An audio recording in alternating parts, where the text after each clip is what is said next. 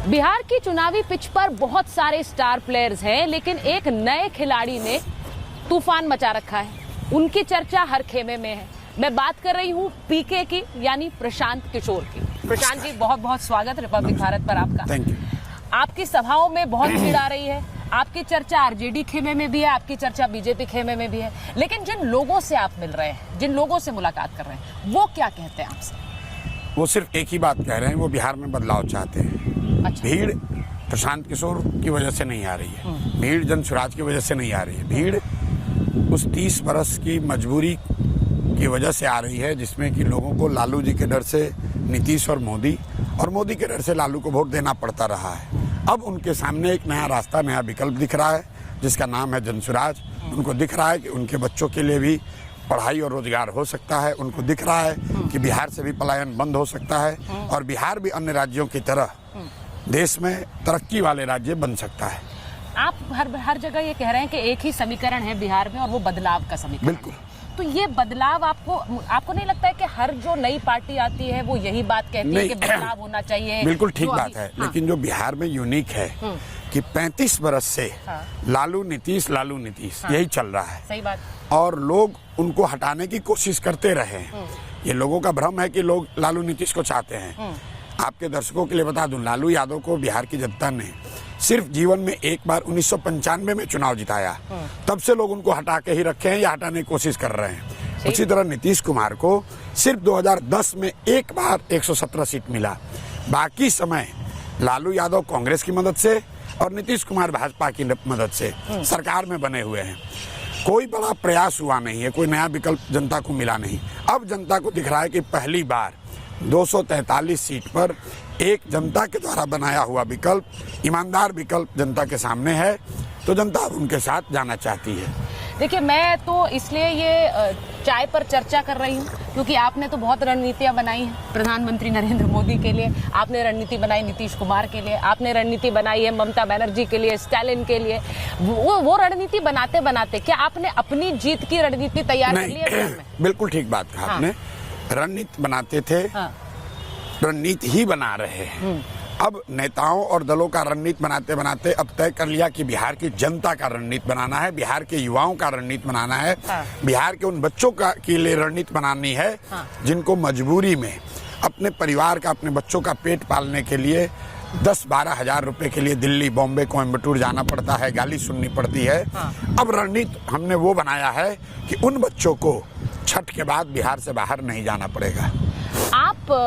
जब आप रणनीतिकार होते हैं किसी के, तो आप उनके बहुत करीबी व्यक्ति होते हैं, तो आप उनकी स्ट्रेंथ्स भी समझते हैं, आप उनकी वीकनेसेस भी समझते हैं। ऐसा व्यक्ति अगर प्रतिद्वंदी बन जाए, जो आप बन गए हैं, तो बहुत बड़ा खतरा होता है। अब खतरा जिनको होगा वो होगा। किसको होगा? लेकिन जिनकी रणनीति हम बना रहे हैं उनको जीत मिलती रही है। तो इस बार बिहार के युवा जीतने जा रहे हैं, बिहार के बच्चे जीतने जा रहे हैं, और मैं आपको दावे के साथ कह रहा हूं, बिहार के लोगों को बिहारी कह के अपमानित करना, गाली देना, हंसी मजाक उड़ाना, ये हिस्ट्री बनने जा रहा है। 5 वर्षों में लोग देखेंगे कि लोग बिहार में रोजी रोजगार करने आएंगे। इतना बड़ा परिवर्तन होने जा रहा है। मुझे ये बताइए, आपने एक बार कहा था कि सबसे हार्ड वर्किंग पॉलिटिशियन अगर कोई है तो वो नरेंद्र मोदी है। आपको लगता है वो आज भी उतने ही हार्ड वर्किंग हैं? देखिए, क्योंकि वो आपके लिए फिर खतरा है और बाकी पार्टियों के लिए भी खतरा है। ये मेरे शब्द हैं कि नहीं, मुझे नहीं, आपके ही हैं, बिल्कुल आपके हैं। नहीं, हार्ड वर्क तो जो भी ऊपर है वो हार्ड वर्क कर ही रहा है। नरेंद्र मोदी बहुत मेहनत करते हैं, ये हमको कहने की जरूरत नहीं है। ठीक है। बिना स्ट्रेटेजी के, बिना किसी प्रयास के, बिना किसी सोच के हार्ड वर्क अपने आप में इनफ नहीं है। नहीं, तो जब चुनाव जीते तो वो सोच उनकी नहीं थी, वो सोच आपकी थी। आप नहीं, कह रहे हैं? नहीं, ये नहीं कह रहे। चुनाव तो हमेशा नेता ही जीतता है। चुनाव पार्टियां जीतती हैं, चुनाव कार्यकर्ता जीतता है, चुनाव समर्थक जीतते हैं। ठीक है। हमने तो हमेशा ये कहा है कि हम लोग जैसे लोग तो चुनाव जीतने में थोड़ी बहुत किसी की मदद कर सकते हैं। ये तो मीडिया के शब्द हैं कि आपने जिताया, आपने हराया। हम लोग तो आप मान रहे हैं आपने नहीं जिताया नरेंद्र मोदी? किसी को नहीं जिताया। आपने ममता बनर्जी को भी नहीं जिताया, आपने नीतीश कुमार को भी नहीं जिताया, तो क्रेडिट आपसे वापस ले लो। बिल्कुल, कोई क्रेडिट हमने कभी मांगा ही नहीं है। क्रेडिट जो लोग दे रहे हैं वो समझे। हम लोग तो ये कहते हैं एट बेस्ट जो लोग, जो नेता, जो दल प्रयास करते हैं उसमें हम लोग थोड़ा सहयोग कर सकते हैं। सहयोगी आप हैं, इसका मतलब ये नहीं कि परिणाम आप ही की वजह से आया है। अच्छा, मुझे ये बताइए, नीतीश कुमार के साथ आप रहे, उसके बाद आपने जेडीयू भी ज्वाइन करी थी, लेकिन अब अगर नीतीश कुमार के लिए आप कहते हैं कि उनका समय खत्म हो गया है, तो क्यों आप ऐसा कह रहे हैं? क्योंकि वो हर आदमी का नहीं, वो स्वास्थ्य की वजह से है या उनकी मेनली स्वास्थ्य है। हाँ, मेनली स्वास्थ्य है और पिछले 5-7 वर्षों की राजनीतिक हाराकिरी है। हाँ, दोनों बात है। ठीक है। 2015 से लेकर 17 के बीच में नीतीश कुमार 5 बार सरकार बदल चुके हैं, पार्टियां बदल चुके हैं, गठबंधन बदल चुके हैं, ठीक है। तो उनकी विश्वसनीयता 0 है। नीतीश कुमार जो 2005 से यहाँ मुख्यमंत्री हैं, उनके मुख्यमंत्री 20 साल के काल को आप 2 भाग में देखिए। एक कालखंड जब 2005 से 2014 का है, ठीक है, जिसमें नीतीश कुमार प्रशासन के लिए, सुशासन के लिए, बिहार में विकास के किए गए प्रयास के लिए जाने जाते थे, ईमानदारी के लिए जाने जाते थे। और आज उसके बाद के नीतीश कुमार पलटी मारने के लिए, कुर्सी बचाने के लिए, लूट और भ्रष्ट वाले राज के लिए, बिहार में कुव्यवस्था के लिए, अपराध के लिए इनकी सरकार जानी जाती है। तो 14 के नीतीश कुमार और 25 के नीतीश कुमार में फर्क है। ये राजनीतिक 14 से 25 तक भी उन्होंने कई बार पलटी मारी, लेकिन यही तो लोगों ने पलटी नहीं मारी है। बिल्कुल मारी, लोगों ने पलटी मारी। अब फिर यही आप लोगों को ध्यान नहीं रहता है। बता दीजिए कैसे। 2010 में नीतीश कुमार को बिहार की जनता ने 117 विधायक जिताए थे, 25 सांसद, ठीक है। 2020 आते आते उनके 42 विधायक हैं और 12 सांसद। लोगों ने नीतीश कुमार को विधानसभा में 1/3 कर दिया, हाँ, और लोकसभा में आधा कर दिया, ठीक है। तो आप कह रहे हैं जनता वोट देती जा रही है। आप बताइए। नहीं, रुकिए, ये बात सत्य है कि उनकी सीटें कम हुई है, मैं ये मान रही हूँ। कम नहीं हुई है, सुनिए, उनकी विश्वसनीयता भी कम नहीं हुई है, सिर्फ कम नहीं हुई है, ठीक है। 243 के विधानसभा में, हाँ, अगर 42 विधायक आपको मिले हैं, तो जनता ने आपको सत्ता का मैंडेट दिया है कि हटाने का मैंडेट दिया है, ठीक है। वैसे समीकरण, हाँ, की बात कीजिएगा तब तो मधु कोड़ा एक बार बन गए झारखंड के मुख्यमंत्री, हाँ, निर्दलीय जीतकर।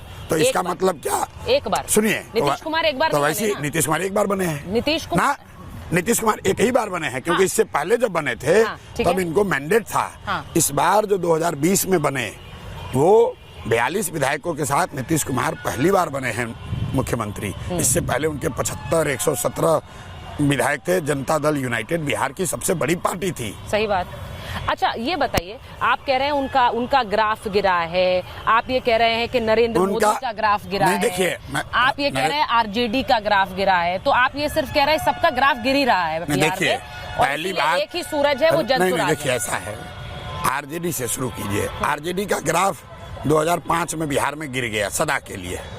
उसके बाद से वो पार्टी जी रही है, राजनीतिक दल है तो खत्म तो होगी नहीं, लेकिन 2005 के बाद लालू यादव कभी सत्ता में ना आए अपने दम पर, ना आ सकते हैं।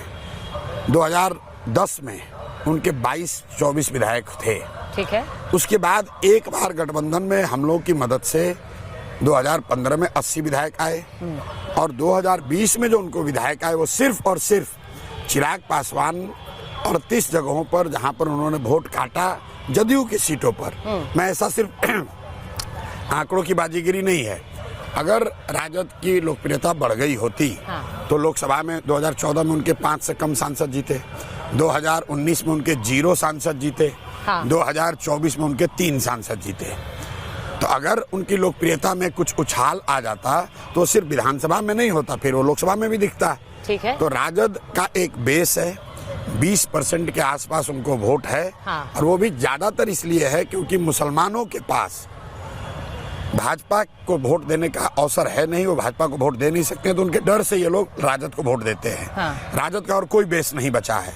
इवन यादवों में भी, जिनके बारे में एमवाई की बात करती है, यादव कम्युनिटी में भी मैं आपको दावे के साथ कह रहा हूं कि पिछले 10 वर्षों में करीब 30, 35, 40% यादव समाज के लोग भी जदयू को, भाजपा को या दूसरे दलों को वोट दे रहे हैं, ठीक है। वरना आप जाकर देख लीजिए कि जदयू में कितने यादव विधायक जीतते हैं। तो रुकिए, अच्छा, हाँ, बोलिए। आप देखिए कि कितने भाजपा में यादव विधायक एमपी जीते हुए हैं। जो लोगों को लगता है कि हर यादव आरजेडी को ही वोट दे रहा है, बिल्कुल यादवों का एक बहुतायत वोट आरजेडी को मिलता है, ठीक है, लेकिन वो सारा वोट उनको नहीं मिलता है, सारा वोट उनको मुसलमानों का मिलता है। तो आप उनका विकल्प बनना चाह रहे हैं? हम विकल्प उनका नहीं बनना चाह रहे हैं। मुसलमानों की सभाओं में जा रहे हैं आजकल, नहीं, ऐसा टोपी भी पहन रहे हैं। नहीं, ऐसा है कि देखिए, सभा में तो हम सबकी जाते हैं, हाँ, हम यादवों के भी गांव में जाते हैं, कुशवाहा के भी गांव में जाते हैं, दलित, हम लोग जाति की राजनीति नहीं करते हैं, वैसे की करते हैं। वैसे मुसलमानों के भी गांव में जाते हैं। हाँ। अगर मान लीजिए कि मैं हिंदू के गांव में जाऊंगा तो लोग टीका लगाते हैं। सही बात है। हिंदू के गांव में जाऊंगा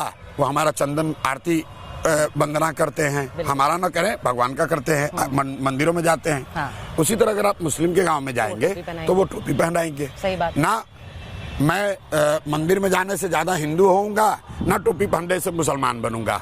मेरी अपनी आस्था है जो कि बिल्कुल क्लियर है। हाँ। लेकिन सामाजिक जो रीति है, आप जिसके यहाँ जाइएगा, मैं आपके घर जाऊंगा, आप तो अपने तरीके से ही तो मेरा स्वागत करेंगे, और अगर मैं उस स्वागत को इनकार करता हूं तो मुझे आपके घर नहीं जाना चाहिए। नहीं, आप क्योंकि बदलाव की राजनीति की बात करते हैं, आप कहते हैं ये जो राजनीति अभी तक बिहार में चली उसको हटाने के लिए समीकरण बदलाव के हैं। बिल्कुल। लेकिन आप मुसलमानों की सभाओं में जाते हैं ना? नहीं, सुनिए मेरी बात, मेरा सवाल तो सुन लीजिए। मुसलमानों की सभा में नहीं जाते हैं, हर सभा में जाते हैं। हर सभा में जाते हैं, मुसलमान भी बड़ी संख्या में होता है। आप मुसलमानों की सभा, एक सभा में गए जहाँ पर ज्यादातर मुसलमान ही थे, वहाँ जाकर आपने ये बोला कि अगर मुसलमान मेरे साथ आ जाएं तो हम नीतीश कुमार को बिहार से हटा देंगे और हम यूपी में योगी को भी ठोक देंगे। बिल्कुल ठोक देंगे। बिल्कुल ठीक बात है, बिल्कुल बात सुनिए क्या कहा है। हाँ।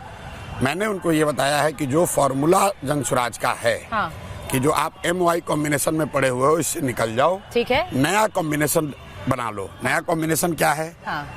आधे हिंदू जो विचारधारा के आधार पर आज भाजपा का विरोध कर रहे हैं, राजनीतिक विरोध, वो कौन हिंदू हैं? जो गांधी को मानने वाले हिंदू हैं, जो बाबा साहब अम्बेडकर के मानने वाले हिंदू हैं, जो कम्युनिस्ट और समाजवाद को मानने वाले हिंदू हैं। ऐसे हिंदुओं की संख्या देश में आंकड़ों के हिसाब से करीब करीब आधी है। ऐसा क्यों मैं कह रहा हूँ? हाँ।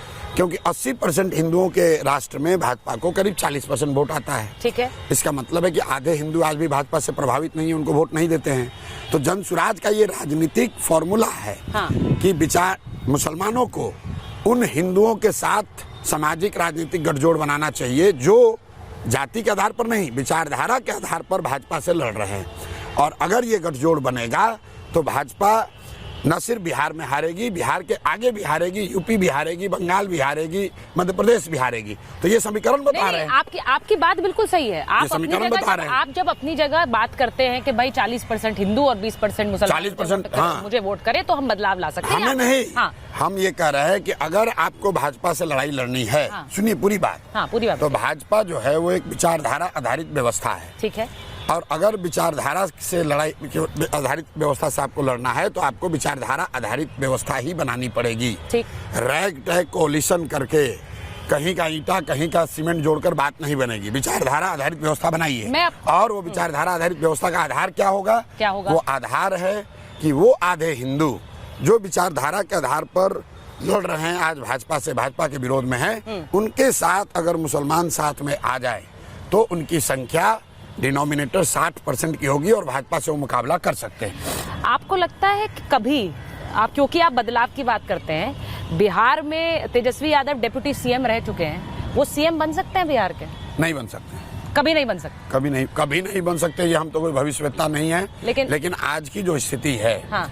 राजद कभी भी बिहार नहीं जीत सकती, इतना तो मैं आपको लिख के दे सकता हूँ। राजद कभी भी बिहार अपने दम पर नहीं जीत सकती है। बड़ा स्टेटमेंट है। बिल्कुल कोई बड़ा स्टेटमेंट नहीं है। वो 2005 के बाद नहीं जीते हैं, ठीक है। ये आप लोगों को लगता है कि लालू यादव जीत रहे हैं, हाँ। लालू यादव को 1995 में जनता ने जिताया।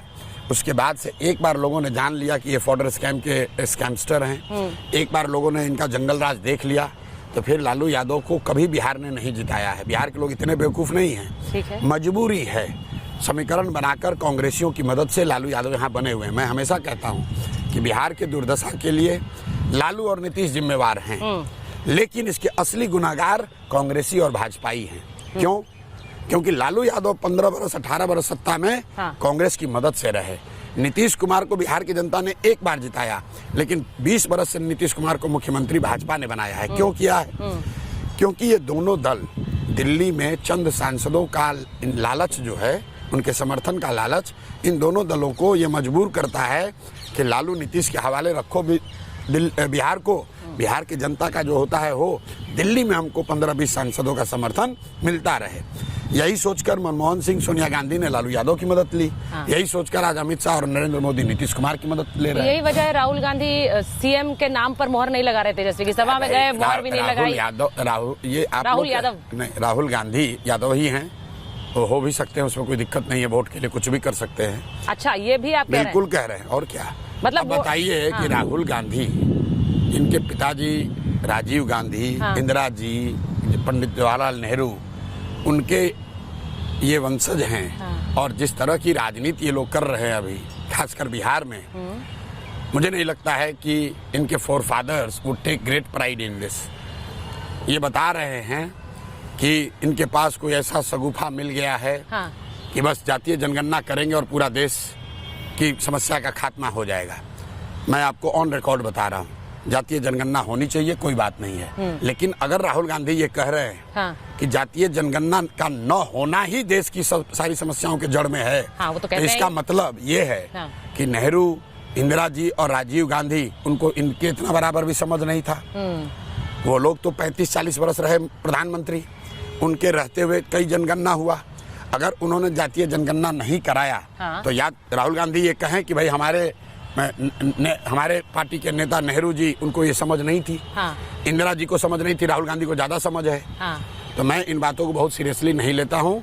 इनको किसी ने बता दिया कि जो जनरल कैटेगरी के लोग हैं वो सब भाजपा को वोट दे रहे हैं, तो अब आप उनका वोट देखिए जो रीजनल पार्टी को दे रहा है। तो ये नया शगुफा लेकर खड़े हो गए। खैर, वो राजनीति करते हैं, वो अपने हिसाब से करें, मुझे उससे कोई दिक्कत नहीं है।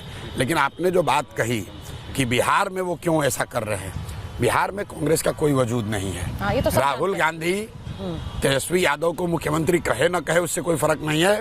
अगर खुदा न खास्ते कहीं गलती से भी महागठबंधन को बहुमत मिल जाए तो राहुल गांधी से नहीं पूछा जाएगा, उसके मुख्यमंत्री तेजस्वी यादव बनेंगे, लालू यादव के परिवार का कोई बनेगा। वो राहुल गांधी से थोड़ी कोई पूछेगा। राहुल गांधी अपने मुंह मियां मिट्ठू हो रहे हैं। ये सवाल ही बेमानी है कि राहुल गांधी तेजस्वी को मुख्यमंत्री मानते हैं कि नहीं मानते हैं। वो सिर्फ इसलिए नहीं कह रहे हैं कि वो डर रहे हैं कि अगर उन्होंने कह दिया कि तेजस्वी मुख्यमंत्री होगा तो 2-4 को जो वोट मिल रहा है वो भी नहीं मिलेगा। अच्छा, जो मिल रहा है वो भी नहीं। कांग्रेसी जो है वही।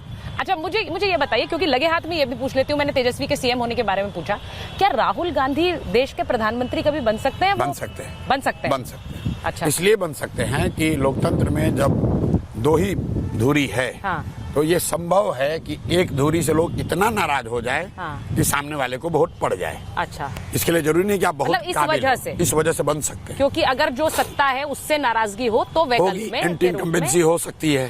और कांग्रेस देश की बड़ा दल है, तो अगर नेचुरली अगर बीजेपी नीचे आएगी तो उसका नेचुरल फायदा कांग्रेस को मिलेगा, और वैसी स्थिति में राहुल गांधी बन सकते हैं। आपको